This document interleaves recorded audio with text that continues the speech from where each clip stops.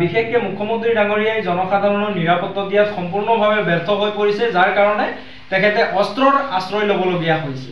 একাংশ লোকক মুকলিভাৱে তেওঁলোকে অস্ত্ৰৰ লাইচেন্স দিব, সেই দায়িত্ব চৰকাৰৰ নহয়। এনেধৰণৰ সিদ্ধান্তৰ জৰিয়তে দৈনন্দিন অসমত হিংসাত্মক কাৰ্যকলাপৰ সৃষ্টি হ'ব।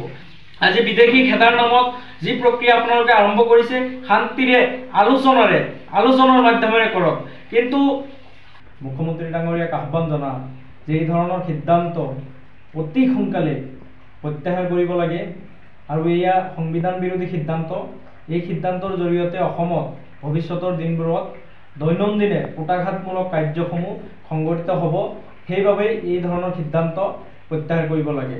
আচলতে মুখ্যমন্ত্ৰী ডাঙৰীয়াই বিভিন্ন সময়ত তেখেতে সভা সমিতিবোৰত মন্তব্য প্ৰদান কৰে যে তেখেতৰ কাৰ্যকালত তেখেতে কোনো ধৰণৰ গণতান্ত্ৰিক প্ৰতিবাদ, ৰাজপথত টায়াৰ জ্বলোৱা কাৰ্য আদি সহ্য নকৰে।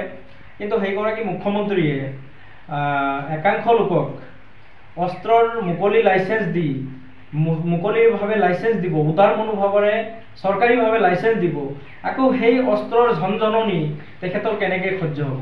আচলতে এইবোৰ সকলো আমি দেখিবলৈ পাইছোঁ যে কেৱল মাত্ৰ অসমত বসবাস কৰা সংখ্যালঘু মুছলমান লোকসকলক টাৰ্গেট কৰি লোৱা হৈছে।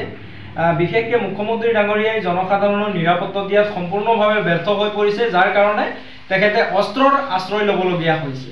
জনসাধাৰণৰ হাতত মুকলিভাৱে অস্ত্ৰ তুলি দিব বিচাৰিছে। এয়া সংবিধান বিৰোধী এটা হঠকাৰী সিদ্ধান্ত। এই সিদ্ধান্তৰ জৰিয়তে অসমৰ কোনো সমস্যা সমাধান নহয়।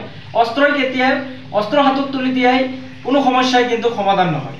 যে এনে সিদ্ধান্তবোৰ প্ৰত্যাহাৰ কৰিব লাগে। অসমৰ মুখ্যমন্ত্ৰী ডাঙৰীয়াই এই সিদ্ধান্ত অতি শীঘ্ৰেই প্ৰত্যাহাৰ কৰিব লাগে। এনেধৰণৰ সিদ্ধান্তৰ জৰিয়তে দৈনন্দিন অসমত হিংসাত্মক কাৰ্যকলাপৰ সৃষ্টি হ'ব। গতিকে এই ধৰণৰ সিদ্ধান্ত ল'ব নালাগে, যিবোৰ সিদ্ধান্তৰ জৰিয়তে অসমৰ শান্তিৰ পৰিৱৰ্তে অশান্তি সৃষ্টি হ'ব, অশান্তিৰ বীজ ৰোপণ কৰিব।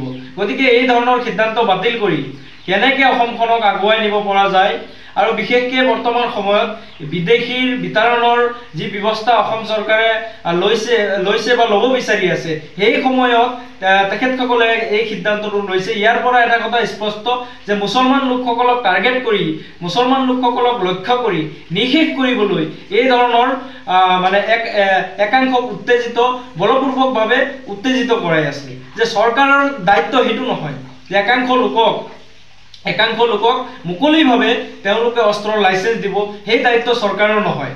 মুখ্যমন্ত্ৰী মহোদয়ক আহ্বান জনাইছোঁ, এনেধৰণৰ সিদ্ধান্তৰ জৰিয়তে অসমখনক অস্থিৰ কৰিব নালাগে। বৰ্তমান অসমত এটা শান্তিৰ পৰিৱেশ সৃষ্টি হৈছে, ক'তো বন্দুক বাৰুদৰ কোনো ঝনঝননি নাই, গুলিৰ শব্দ নাই। এই এটা সময়ত একাংশ লোকক মুকলিভাৱে অস্ত্ৰ হাতত তুলি দিব বিচৰা কাৰ্যই কিন্তু ভৱিষ্যতৰ দিনবোৰৰ কাৰণে অসমত ভয়ংকৰ ক্ষতিকাৰক হ'ব। এই ধৰণৰ সিদ্ধান্ত প্ৰত্যাহাৰ কৰিব লাগে। আজি বিদেশী খেদাৰ নামত যি প্ৰক্ৰিয়া আপোনালোকে আৰম্ভ কৰিছে, শান্তিৰে আলোচনাৰ মাধ্যমেৰে কৰক। কিন্তু একাংশ লোকক খিলঞ্জীয়াৰ নামত একাংশ লোকক অস্ত্ৰ হাতত তুলি দি অসমখন এটা হিংসাজৰ্জৰ অঞ্চল হিচাপে চিহ্নিত নকৰিব। এয়া সংবিধান বিৰোধী সিদ্ধান্ত। এই সিদ্ধান্ত আমি কেতিয়াও মানি নলওঁ। এনেধৰণৰ সিদ্ধান্ত যদি বাহাল থাকে, অসমত দৈনন্দিনে এটাৰ পিছত এটা দৈনন্দিন হিংসা জৰ্জৰিত সমস্যাসমূহ সৃষ্টি হ'ব। যে সমস্যা সমাধানৰ পৰিৱৰ্তে যদি সমস্যাৰ সৃষ্টি হয়, তেনেহ'লে সেই সিদ্ধান্তবোৰ কিয় ল'ব লাগে?